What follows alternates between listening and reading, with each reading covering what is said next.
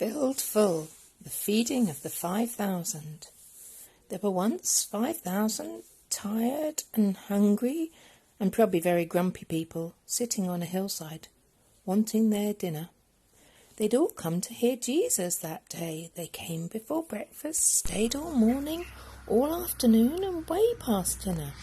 No one had meant to be out there that long, but that was how it was, listening to Jesus as if time didn't exist.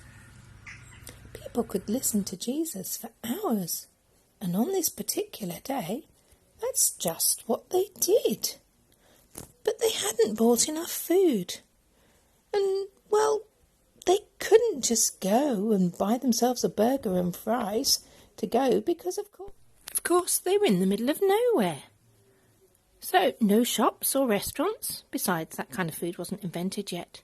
What would they do? Jesus' friends had an idea. Let's send everyone home for dinner. They don't need to go, Jesus said. You can give them something to eat. Did Jesus want them to travel all the way to town and buy food for everyone? Jesus' friends panicked. But we don't have enough. What food do you have? Jesus asked. Go and see. Now there was a little boy in the crowd. He'd brought lunch with him. His mother had made him that morning. He looked at his 5 loaves and 2 fish. It may not look a lot much on the dish. Not nearly enough for 5,000, but it was all he had. I have some, he said. Jesus' friends laughed when they saw his little lunch. That's not nearly enough, they said. But they were wrong. Jesus knew it didn't matter how much the little boy had. God would make it enough. More than enough for everyone. Jesus said, "Bring me what you have." And so the little boy gave Jesus his lunch. Jesus winked at the little boy and whispered in his ear, "Watch." How in the world will Jesus feed everyone with just that, Jesus' friends? Jesus' friends said that because they thought it was impossible. But Jesus knew the one who made all the fish in the oceans. And Jesus knew the one who in the very beginning had made everything out of nothing at all. How hard would something like that be for someone like that?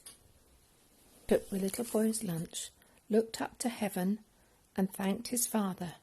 Then Jesus gave the little lunch back to his friends. As his friends started to hand out the food, do you know what? It was the strangest thing. No matter how much they broke off, there was always more and more and more. Enough for 5,000.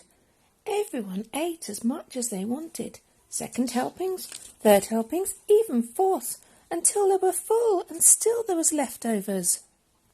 Well, Jesus did many miracles like this. Things people thought couldn't have happened, that weren't natural. But it was the most natural thing in all the world. It's what God had been doing from the beginning, of course. Taking the nothing and making something, making everything, taking the emptiness and filling it up, taking the darkness and making it light.